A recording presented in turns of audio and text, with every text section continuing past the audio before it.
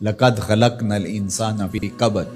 اس کو ہم نے مشقتوں میں رہتا زندگی بسر کرنے کے لیے پیدا کیا ہے۔ ساری زندگی اسی طرح گزرتی، تمام عمر طوفان سے کھیلتے گزری، تمام عمر طوفان سے کھیلتے گزری،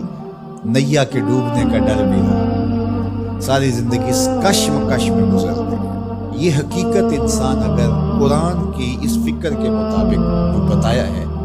سمجھ لے تو وہ حالات کی سختیوں کا مقابلہ کرنے کے لیے تیار ہوگا، گھبرا کر کے بیٹھ نہیں جائے گا۔ جن علاقوں میں روزانہ کی بنیاد پہ یا موسم اس طرح کا ہے کہ کسی وقت بھی بارش شروع ہو جاتی ہے، تو ہم دیکھتے ہیں لوگ گھروں سے نکلتے ہیں، مطلع ابر آلود بھی نہیں ہوتا، لیکن وہ ہاتھوں کے اندر چھتریاں پکڑ کے جا رہے ہوتے ہیں کہ موسم کسی وقت بھی تیور بدل سکتا ہے، تو ہمارے پاس چھتری موجود ہونی چاہیے۔ دیہاتوں کے اندر جنگلوں میں رہنے والے لوگ جب گھر سے باہر نکلتے ہیں، ڈیرے کو جاتے ہیں، تو ایک عصا ساتھ رکھتے ہیں کہ کوئی موذی جانور آ سکتا ہے، کوئی سانپ نکل سکتا ہے، تو ہم اس کے لیے ذہنی طور پہ تیار ہوں۔ اور اگر یہ ذہنی طور پہ تیار نہ ہو تو سانپ کو دیکھ کے گھبرا جائے گا اور رونا شروع کرے گا یا آگے لگ کے بھاگ جائے گا، نتیجہ کیا کہ اذیت میں مبتلا۔ لیکن اگر اس کو پتہ ہے کہ یہ کھیت ہے، یہ جنگل ہے، یہاں یہ ہوتا رہے گا، تو جب بھی سانپ کوئی موذی جانور آئے گا یا اسے مار ڈالے گا یا اسے بھگا دے گا اور پھر اپنے کام پہ چلا جائے گا۔ اس کے ذہن میں بھی نہیں ہوگا کہ راستے میں مجھے آج یہ مصیبت آئی۔ اسی طرح جس نے ہاتھ میں چھتری پکڑی ہے اور راستے کے اندر تھوڑا سا موسم کا تیور بدلا، چھتری کھولی، سر پہ لے لی، دو چار قطرے برسے تو موسم پھر صاف ہو گیا، پھر اس کو سمیٹا اور ساتھ لے لیا، بات ختم۔ اس کو یاد بھی نہیں ہوگا کہ بارش ہوئی تھی یا نہیں ہوئی تھی،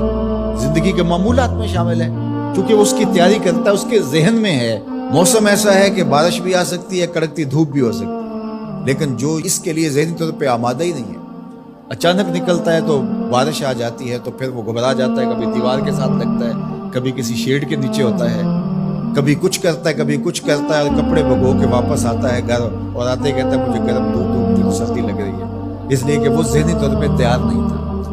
گھبرایا ہوا ہے، رنگ اڑا ہوا ہے، چہرہ زرد ہے، کیا ہوا؟ وہ میں نے سانپ دیکھا ہے وہاں، چونکہ اس نے مقابلے کے لیے ذہن ہی نہیں بنایا تھا اور وہ ایسے نکل گیا، اچانک دیکھا اور گھبرا گیا۔ اسی طرح آپ کوئی کام کرتے ہیں کسی فیکٹری میں، ذمہ داریوں کا بوجھ آپ کے سر پہ، آپ کو پتہ ہے کہ یہاں مسائل ہوں گے، مصائب ہوں گے، دو لوگ الجھ سکتے ہیں، مسائل ہو سکتے ہیں، کوئی خیانت ہو سکتی ہے، جھوٹ ہو سکتا ہے، لوگوں کا آپس میں تناؤ ہوگا، آپ ذہنی طور پہ یہ ساتھ میں نے فیس کرنا ہے۔ تو یہ جب ذہن ہوگا تو پھر آپ اس کو ایک روٹین کے عمل کے طور پہ کرتے رہیں گے تو گھبراہٹ نہیں ہوگی، لیکن اگر آپ اس کے لیے تیار نہیں ہوں گے تو پھر آپ کو بہت تکلیف ہوگی۔ تو اللہ تعالیٰ نے یہ پہلے بتا دیا، ہم نے تمہیں ڈیزائن اس طرح کیا ہے کہ یہ تمہارے ساتھ زندگی میں سب کچھ ہونے والا ہے، تکلیفیں بھی ہیں، آلام بھی ہے، حسد بھی ہے، بغض بھی ہے، کینہ بھی ہے، حقد بھی ہے، نفرت بھی ہے، اپنوں بیگانوں کا شر بھی ہے، شریکہ برادریاں بھی ہیں، دشمنیاں بھی ہیں، حالات کی ٹھوکریں بھی ہیں، غربت بھی ہے، امارت بھی ہے،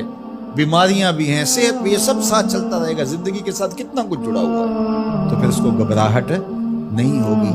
تو یہ زندگی کے ساتھ جڑی ہوئی چیزیں ہیں۔ لقد خلقنا الانسان فی کبد، تمہیں پیدا ہی کیا گیا ہے مشقتوں میں رہتا ہوا، اذیتوں سے تمہیں گزرنا ہی پڑے گا، کشاکش حیات کا مقابلہ کرنا ہی پڑے گا، دکھوں سے پالا پڑے گا تمہارا،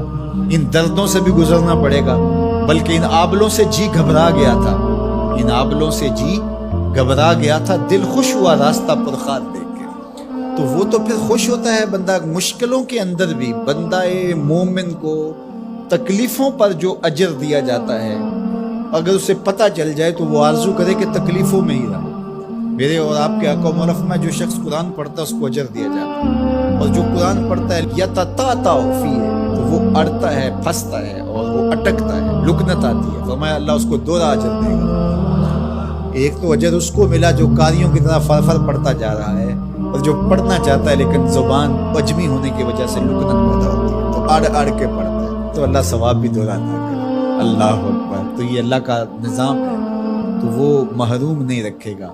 تو جو تکلیفیں پہنچتی ہیں، جو آلام آتے ہیں، جو اذیتیں آتی ہیں، اس کا میرے اللہ نے صلہ رکھا۔